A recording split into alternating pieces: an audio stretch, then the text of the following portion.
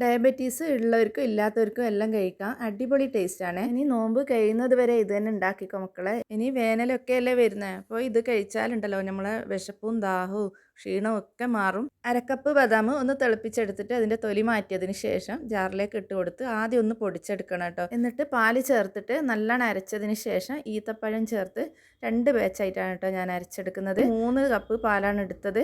അതുപോലെ ഈത്തപ്പഴം 1 കപ്പ് എന്തായാലും ഉണ്ടാകും. മധുരത്തിന് ആവശ്യമായിട്ട് നിങ്ങൾക്ക് ചേർത്ത് കൊടുത്താൽ മതി. പിന്നെ നല്ല സോഫ്റ്റ് ആയിട്ടുള്ള ഈത്തപ്പഴം തന്നെ എടുക്കണേ. ഇനി ഇതിൽ ഫ്രൂട്ട്സ് കട്ട് ചെയ്തത് ചേർത്ത് കൊടുക്കാം. ഞാനിതിൽ ചേർത്തത് 2 റോബസ്റ്റ് പഴം, പിന്നെ 2 ആപ്പിൾ ചേർത്ത് കൊടുത്തിട്ടുണ്ട്. പിന്നെ ചെറിയൊരു അനാറും 2 സപ്പോട്ടയും, പിന്നെ മാങ്ങയും മുന്തിരിയും ഒക്കെ ഉണ്ടെങ്കിൽ ചേർത്ത് കൊടുത്തോളൂ. പിന്നെ 1 ടേബിൾ സ്പൂൺ ചിയാ സീഡ് ഒരു 4-5 മണിക്കൂർ മുമ്പേ സോക്ക് ചെയ്ത് വെച്ചതായിരുന്നു. അതും ചേർത്ത് മിക്സ് ചെയ്ത് നല്ലോണം തണുപ്പിച്ചെടുക്കണം.